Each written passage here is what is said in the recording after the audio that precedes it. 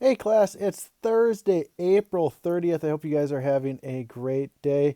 I'm joined here by Clifford, the big red dog, and we will get started with what we've got for today. Take a look at those IXL things for reading and math, whether it's from me or Miss Sommerfeld. Today we've got our class hangout at 10 o'clock, so I hope to see a lot of you there. Yesterday we had a lot of fun. I think I've got something fun planned for today. So take a look at us for 10 o'clock. Looking forward to that. When you log in, we'll have you go to mute again. But I'm looking forward to seeing you guys at 10 o'clock this morning. Head on out for free lunch and breakfast. Yesterday was pizza dippers. So that was a solid one. I know Cal and Emery enjoyed that. So head on up there for today. And let me know if you have any questions or concerns. Let me know. I'd love to hear from you guys.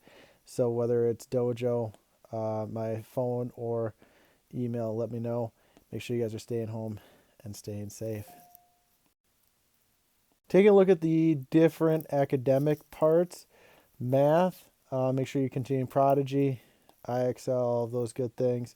Reading, AR, keep reading those every day, whether you're doing Epic or whether you're reading a physical book.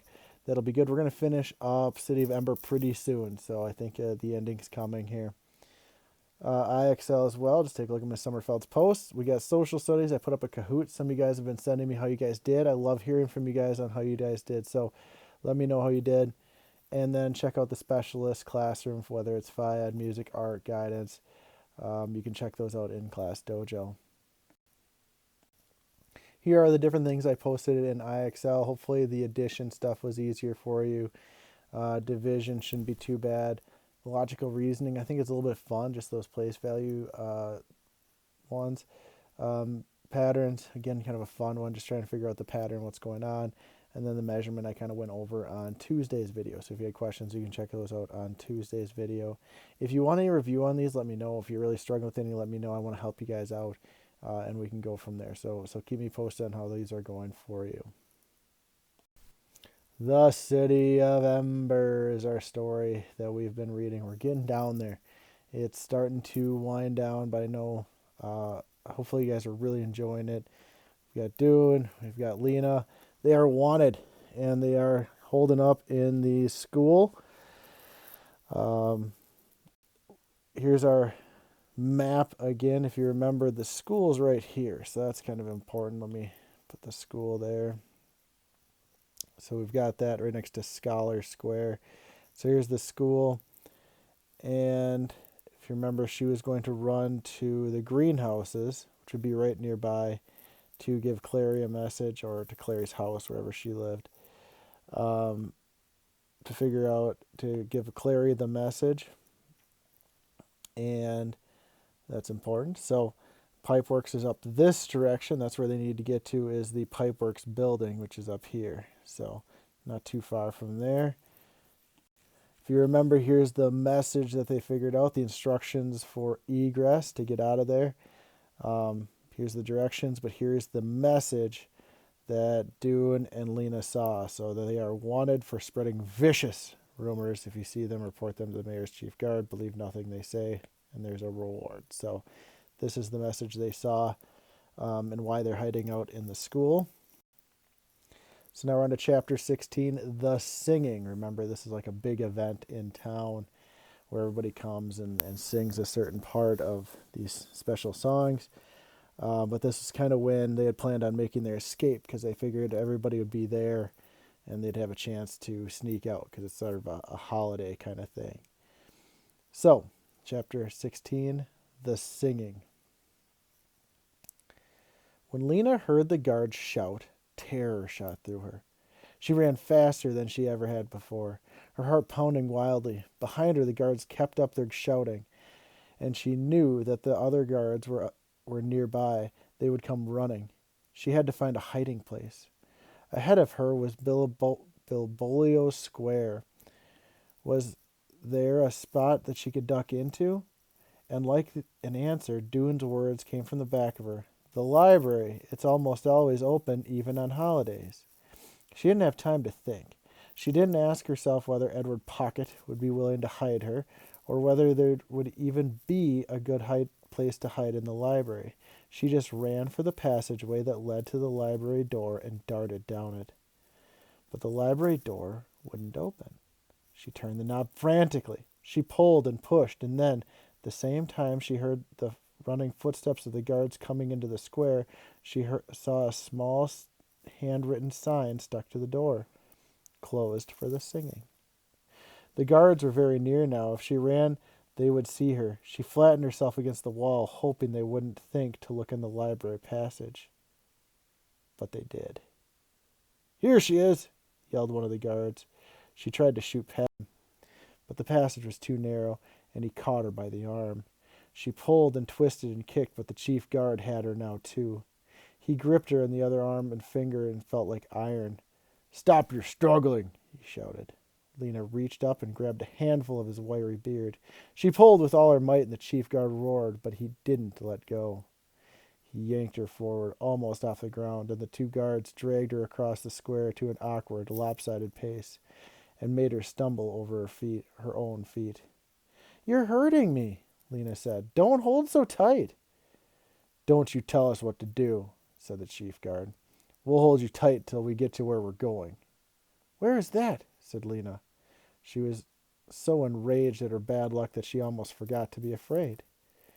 "You're going to see the mayor, missy," said the chief guard. "He'll decide what to do with you." "But I haven't done anything wrong." "Spreading vicious rumors," said the guard. "Telling dangerous lies calculated to cause civic unrest." "It's not a lie," she said, but the guard gripped her arm even more tightly and gave her a shove so she stumbled sideways. "No talking," he said, and they walked the rest of the way in grim silence.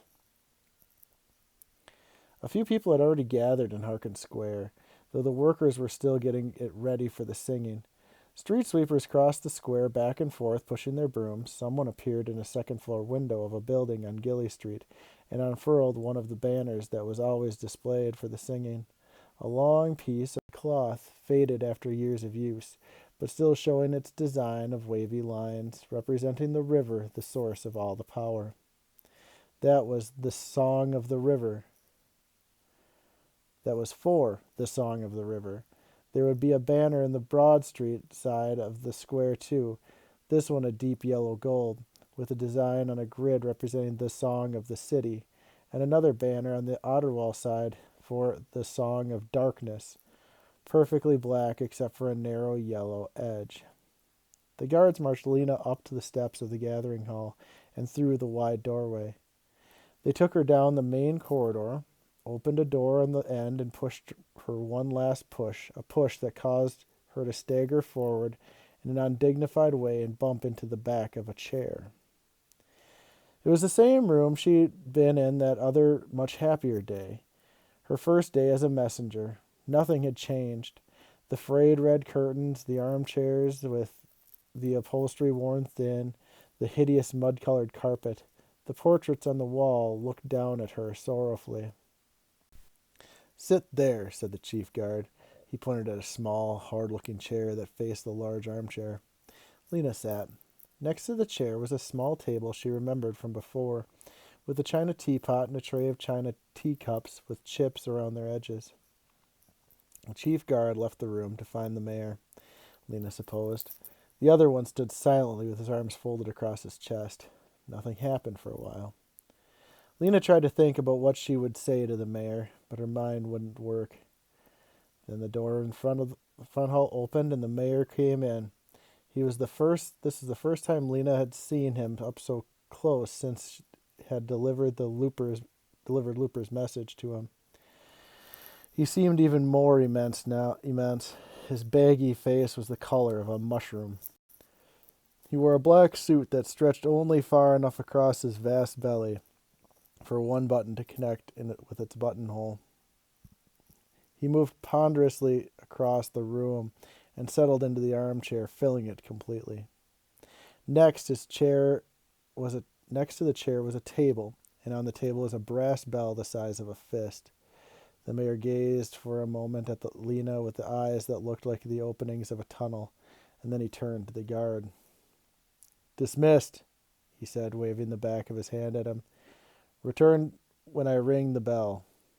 The guard left. The mayor swung his gaze back to Lena. "I am not surprised," he said. He lifted one arm up and pointed a finger at Lena's face. You have been in trouble before, going where you shouldn't." Lena started to speak, but the mayor held up his hand. It was an oddly small hand with short fingers like ripe pea pods. "Curiosity," said the mayor, "a dangerous quality, unhealthy, especially regrettable in one so young." "I'm 12, said Lena. "Silence," said the mayor. "I am speaking." He wriggled slightly from side to side, wedged himself firmly into the chair. He needed to be pried out of it, Lena thought. "Ember, as you know," the mayor went on, "is in a time of difficulty. Extraordinary measures are necessary. This is a time when citizens should be most loyal, most law-abiding, for the good of all." Lena said nothing. She watched how the flesh under the mayor's chin bulged in and out as he spoke, and then he turned her eyes from this unpleasant sight to look carefully around the room. She was thinking now, calculating, but not about what the mayor was saying. "The duties of a mayor," said the mayor, "are complex, cannot be understood by regular citizens, particularly children. That is why," he went on, leaning slightly forward so that his stomach pushed farther against his lap, "certain things must remain hidden from the public. The public would not understand. The public must have faith," said the mayor, once again holding up his hand, this time with a finger pointing at the ceiling. "That is all being done for their benefit, for their own good." "Hogwash," said Lena. The mayor jerked backward. His eyebrows came out down over his eyes, making them into dark slits. "What?" he said. "Surely I heard you incorrectly."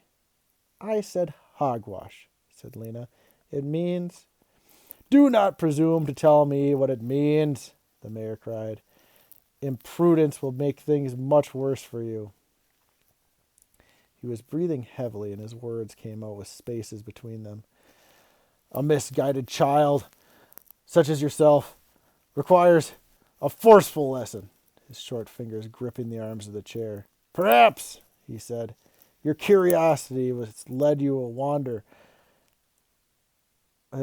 wonder about the prison room. What could it be like? What could it be like? Eh? Dark, cold, uncomfortable?" He made the smile that Lena remembered from assignment day, his lips pulled away from his small teeth, his gray cheeks folded. "You will have a chance to find out.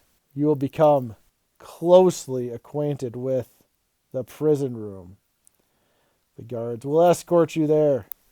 Your accomplice, another known troublemaker, will join you as soon as he is located." The mayor turned to look for the bell. This was the moment when Lena had planned to make her dash for freedom. She thought she had a slim chance to succeed if she moved fast enough, but something happened in that instant that gave her a head start. The lights went out. There was no flicker this time, just sudden, complete darkness. It was fortunate that Lena had already planned her move and knew exactly which way to go. She leapt up, knocking over her chair with her arm. She made a wide sweep and knocked over the table next to the chair as well, the furniture thumping to the floor. The teapot shattered, and the mayor's enraged shouts came a clamor that covered the sound of her footsteps as she dashed for the doorway. Was it unlocked? She reached for the knob. Grunts and squeaks told her that the mayor was struggling to rise from his chair. She turned the knob and pulled.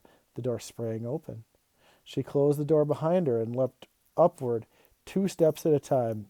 Even in the pitch dark, she could climb stairs. In the room, the bell clanged, and the mayor bellowed. When she got to the first landing, she heard the guards shouting. There is a crash. Someone must have fallen over and toppled the chair or table. "Where is she?" someone yelled. "Must have run out the door." Did they know which door? She didn't hear footsteps behind her. If she could make it to the roof, and from the roof she could jump to the roof of the prison room, and from there to the street, and maybe she could escape. Her lungs were on fire now, her breath was burning in her throat, and she climbed without stopping. And when she came to the top, she burst through a door to the roof and ran out. And that is when the lights came back on. It was as if the blackout had been arranged especially for her. I am so lucky, she thought, so extremely lucky. Ahead of her was the clock tower. She went around the other side of it. No dancing on the roof this time. A low wall along the edge of the building. Lena approached it cautiously. She peered out over the swarm of people assembling in Harkin Square. Directly below the entrance to the gathering hall, she watched two guards dash out the door and down the steps. Good. They had gone the wrong way. They must think she had escaped into the crowd. For the moment, she was safe. The clock in the tower began to chime. 3 great booms rang out. It was time for the singing to begin. Lena gazed down at the people of Ember gathering to sing their songs. They stood so close together that she could see only their faces, which were lifted up towards the sky, with a hard bright light shining down on them. They were silent, waiting for the songmaster to appear on the gathering hall steps. There was a strange hush, as if the whole city had been holding its breath. Of the whole Ember year, Lena thought, this hush before the singing was one of the most exciting moments. She remembered other years, when she had stood with her parents, too short to see the songmaster's signals, too short to see anything beyond the backs and legs, and waited for the first note to thunder out. She felt her heart move at that moment. Every year, the sound would rise in waves around her like water, almost as if she could lift her off the ground. Now suddenly, the moment came again. From hundreds of voices rose the first notes of the Song of the City. Deep and strong, she felt as if she had all the years before, a quivering inside, as though a string under her ribs had been plucked, and a rush of joy and sadness mixed together. The deep rumbling chord of the song filled Harkin Square. Lena felt that she might step off the edge of the building and walk across the air. It seemed so solid with sound. The Song of the City was long. There were verses about streets of light and walls of stone, about citizens with sturdy hearts, and stored abundance never ending. Not true, Lena thought. But at last the Song of the City wound down to its end. The singers held their final note, which grew softer and softer, and then there was silence again. Lena looked out at the lighted streets spreading away in every direction, the streets she knew so well. She loved her city, worn out and crumbling though it was. She looked up the clock, 10 minutes after 3. Dune would be getting ready to leave for the pipeworks. She didn't know whether he'd seen her being captured.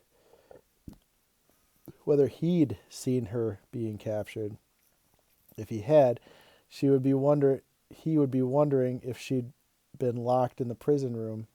He'd be wondering if he should try to rescue her, or if he should just go down to the river by himself. She should be hurrying to join him, but a sadness held her back, like a heavy stone in her chest. She bent her face into the palms of her hand and pressed hard against her closed eyes. How could she go away from Ember and leave Poppy behind? Because if she went, she must leave Poppy behind, mustn't she? How could she take her on a journey of such danger? The song of the river startled her when it began, the men's voices low and rolling, swelling with power, and then the women's voices coming high above with a complicated melody that seemed to fight the current. Lena listened, unable to move. The song of the river made it uneasy, as it always had. With its rolling, relentless rhythm, it seemed to urge her onward, saying, "Go down, go away, go now." The more she listened, the more she felt something like the motion of a river in her stomach, a churning sickness feeling. Then came the Song of Darkness, the last of the 3 songs, and the one most filled with longing and majesty. The soul of Ember was in this song, its tremendous chords held in sorrow and all the strength of the people in the city. The song reached its climax. Darkness, like an endless night, sang the hundreds of voices, so powerful in the air seemed to shiver. And at that moment, the lights once again more went out. The voices flattened, but only for an instant, and then they rose again in the darkness, stronger even than before. Lena sang too. She stood up and sang with all her might at the deep, solid blackness. The last notes echoed and faded into a terrible silence. Lena stood utterly still. Would it end like this, she thought, at the finish of the song? She felt the cold stone of the clock tower behind her back. She waited. Then an idea came to her that made her skin prickle. What if she were to shout into the silence right now? What if she were to say, "Listen, people, we've found the way out of Ember. It's a river. We go on the river." She could announce the astounding news, just as she and Dune had planned to do. And then what would happen? Would the guards rush to the roof and seize her? Would the people in the square think of her news just as a child's wishful thinking? Or would they listen to it and be saved? She could feel the words pushing upward in her throat. She wanted to be so much to say to them. She took a deep breath and leaned forward. But before she could speak, a rumble of voices arose around below. Someone shouted, "Don't move!" Someone else shrieked.